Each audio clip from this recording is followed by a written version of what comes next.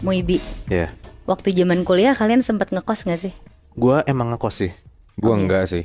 Nah lo nih Mui, Ya, lo pernah gak pas di kosan lo itu diikutin sosok secara intens? gua nggak pernah diikutin walaupun kosan gua angker ya. Tapi alhamdulillahnya nggak pernah sampai kemana-mana gitu loh kejadian horornya. Oh oke. Nah gue pengen cerita nih Mui tentang salah satu penghuni kosan yang bener-bener diikutin sosok secara intens. Wow. Jadi cerita ini tuh dari salah satu anak kuliahan yang ngerantau, namanya kita sebut aja Abi ya. Dia itu lulusan SMA di Jakarta, cuma kebetulan dapat kuliah di luar kota dan mengharuskan dia tuh buat ngekos Di mana Nat? di Jogja Mui. Oh, oke. Abi itu emang dari kecil gak kayak anak-anak kecil pada umumnya gitu. Dia bisa ngelihat hal-hal yang gak bisa dilihat sama orang normal. Dan karena udah dari kecil, jadi di umur dia yang udah 18 tahun, dia tuh jadi udah terbiasa banget. Sampai-sampai pas dia lagi survei-survei kosan yang ada di dekat kampusnya, dia bener-bener ngajak ngobrol dalam tanda kutip penghuni-penghuni yang ada di sana satu-satu. Oh, seru banget. Ya ibaratnya tuh jadi kayak seleksi gitu kali ya. Dan Abi mutusin untuk tinggal di salah satu kosan yang gak terlalu jauh sama kampusnya. Kenapa si Abi pilih itu juga sebenarnya gak ada yang tahu. Mungkin dari sekian banyak kosan dia paling nyamannya di situ. Singkat cerita, 6 bulan si Abi tinggal di kosan itu adem-adem aja nih. Sampai akhirnya pas Abi punya pacar di sana, semua itu jadi berubah banget. Jadi si Abi tuh sering ngendap-ngendap bawa pacarnya ke kosan tanpa sepengetahuan penjaga kosannya. Dan dilakuin sama si Abi ini berbulan-bulan tanpa ketahuan sama penjaganya. Sampai akhirnya ada beberapa kejadian yang bikin pacarnya Abi ini tuh udah gak mau lagi main atau bahkan nginep di kosannya si Abi. Karena kejadian horor. Iya bener Mui. Oh. Jadi kejadian pertamanya ini tuh waktu siang-siang pas pacarnya namanya Andin datang ke kosannya si Abi. Dia datang tuh menjelang waktu maghrib lah. Jadi dia tuh masuk ke kosannya, terus dia ngendap-ngendap. Nah si kamarnya Abi ini tuh di lantai 2. Terus pas si Andin lagi naik tangga dan posisi dia di tengah tangga, Andin tuh ngeliat ada perempuan masuk ke pintu kamarnya Abi. Terus di situ Andin langsung cepet-cepet jalan lah ke arah kamar si Abi. Pas Andin udah sampai depan kamar si Abi, di situ dia deg-degan banget karena ya kayak ngeliat Abi dan perempuan lain ada di kamar kosannya kan. Akhirnya dia ngeberaniin diri buat ngebuka pintu kamarnya si Abi nih.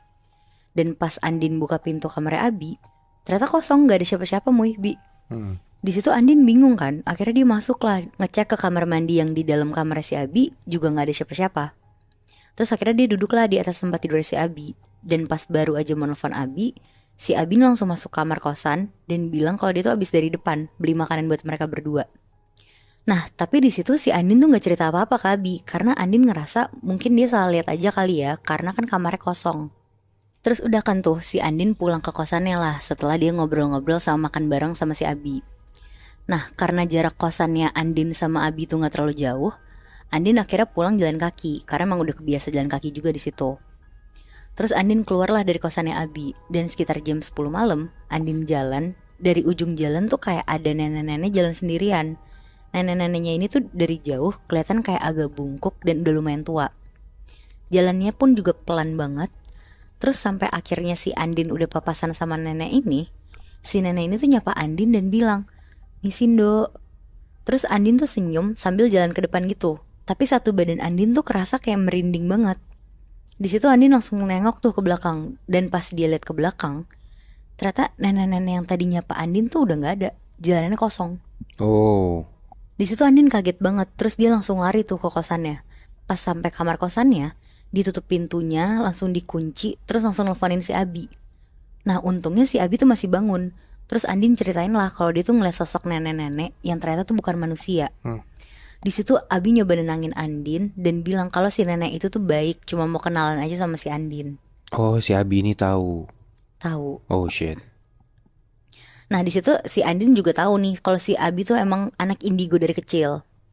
Dan karena Andin udah tahu itu, jadi dia lumayan tenang lah. Dia nutup teleponnya Abi, dia bersih-bersih dan langsung mau tidur tuh karena besok ada kelas pagi.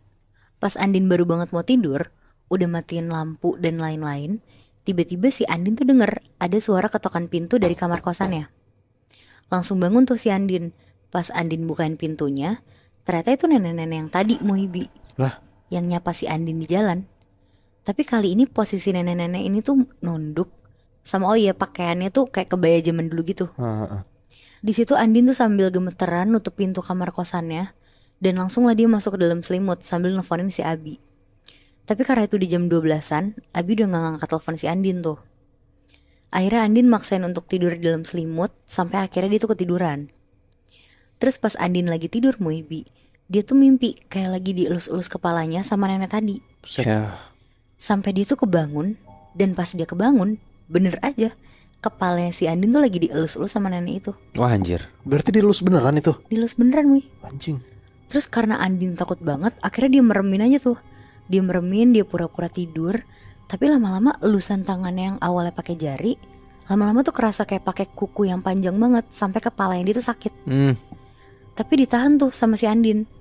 Ditahan, lama-lama tuh kayak ada air yang jatuh ke jidatnya dia. Airnya tuh kayak kental dan agak bau gitu. Nah karena dia udah gak tahan banget, akhirnya dia bangun lah. Tapi bangunnya tuh yang langsung berdiri gitu loh. Dan dalam kegelapan si Andin ngeliat nenek itu tuh duduk di atas kasurnya si Andin sambil mulutnya kebuka dan air liurnya tuh netes-netes gitu. Wah gila serem banget. Andin langsung keluar dari kamar kosannya dia lari terus duduk di ruang tamu kosannya. Terus diem-diem saking takutnya si Andin jalan lah ke kosannya si Abi. Dia sambil lari-lari, terus dia ngendep-ngendep nih kayak biasa masuk ke kosannya si Abi dan langsung masuk ke kamarnya si Abi. Nah untung banget di momen itu si Abi tuh lagi ngunci pintu kamarnya. Akhirnya Andin langsung tiduran di sebelah Abi. Terus Abi tuh kayak kebangun gitu tapi tidur lagi. Jadi si Abi nih sadar lah ada si Andin di sebelahnya. Andin langsung meluk Abi dari belakang dan langsung berusaha buat tidur lah. Nah si Andin tuh akhirnya bisa tidur sekitar jam 3 pagi. Dan pas dia udah setengah tidur, Andin tuh ngedenger ada suara air yang jatuh ke lantai dari dalam kamar mandinya si Abi. Kayak suara orang mandi pakai gayung gitu loh. Nah ngedengar itu si Andin tuh kebangun dan dengan sadar dia jalanlah ke arah kamar mandinya si Abi. Tapi si Abi ini gak kebangun? Gak kebangun sama sekali Moy. Terus Andin langsung ngebuka tuh pintu kamar mandinya si Abi. Dan pas dibuka si Andin tuh ngeliat Moy Bi, ada sosok nenek yang tadi ngikutin si Andin lagi ngambil air pakai gayung dari dalam bak mandinya si Abi. Terus airnya tuh kayak dibuang-buang ke lantai gitu. Nah ngeliat itu si Andin langsung teriak kenceng banget kan sampai si Abi tuh jadi kebangun. Dan Andin langsung jatuh lah di lantai. Di situ Abi tuh langsung ngangkat si Andin ke tempat tidur, terus nenangin si Andin lah. Nah gak lama si Abi langsung kayak masuk ke kamar mandinya dia. Dan pas masuk kamar mandinya dia, kayak ada kali 15 menitan dia di dalam situ. Terus dia tuh keluar. Dan akhirnya dia ngasih tau lah ke si Andin kalau ternyata si sosok nenek itu tuh adalah kayak dalam tanda kutip penghuni lamanya kosannya si Abi ini, yang udah lama kayak ngejaga kosannya dia gitu loh. Terus nenek itu tuh ternyata cukup posesif sama Abi karena dia udah nganggep si Abi tuh kayak cucunya. Jadi itulah alasan kenapa si Abi tuh pengennya ngekosnya di situ karena udah ketemu sama si sosok nenek ini.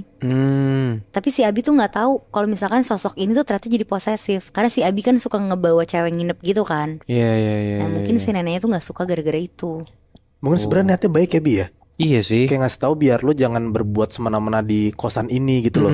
Tapi kalau misalnya ternyata ceweknya Abi yang jadi kayak kena dampaknya, serem juga sih anjir. Dan seremnya juga ya tadi Mui, lu posesif sama dalam tanda kutip cucu lu ya, sampai disamperin ke kosannya gitu loh. Iya. Tapi ini makhluk halus masalahnya ya. Itu dia.